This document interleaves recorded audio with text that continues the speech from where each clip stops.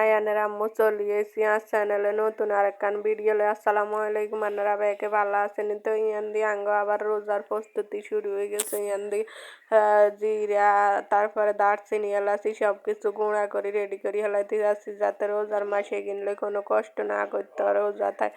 আর রোজা থাকে এগিন করতে ভালো লাগে না, হিয়ারল্যান্ডা আগে দিয়ে সব প্রস্তুতি লই রেডি করে সব গুঁড়া করে রাখি দিতেছি। ইয়ান দিয়ে আবার তো আঙ্গ আদা রসুন সব কিছু লই এসে ইয়ান দিয়ে সিলি এগিন প্রসেসিং করে লইতে আসি, এগিনও ব্লান্ডার করি সব রেডি করি হেলাইম, যাতে রোজার মাসে এগিন লইও কোনো কষ্ট না করন লাগে।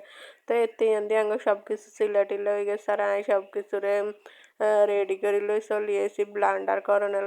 যে তারা রান্দা বাড়ি চিন্তা করে, রান্দা বাড়ি করে হেতাগো মাথাতে এইসব চিন্তা দান্দা থাকে না থাকলে যে তারা রাঁধতে যায় হেতাগো টেনশন, হেতাগো মাথা ঠিক থাকে না। তো আনমতো কে আছেন যে সব কিছু হাতের দ্বারা রেডি থাকলে রান্দা বাড়ি করতে ভালো লাগে। এমনি আঙ্গো পুকুরের তাই মাছ এগুন ধরছে, ফাঙ্গাস মাছ এগুন আর কি এগুন ধরছে, হরে এগুন কুড়ি টুড়ি সুন্দর করে রেডি করে হেলাইছে। ফাঙ্গাস মাছ কার কার কাছে ভালো লাগে, আর কাছে কিন্তু ভালো লাগে না, কিন্তু আমি খাই না দেখি সার হলারে তো খাবাই।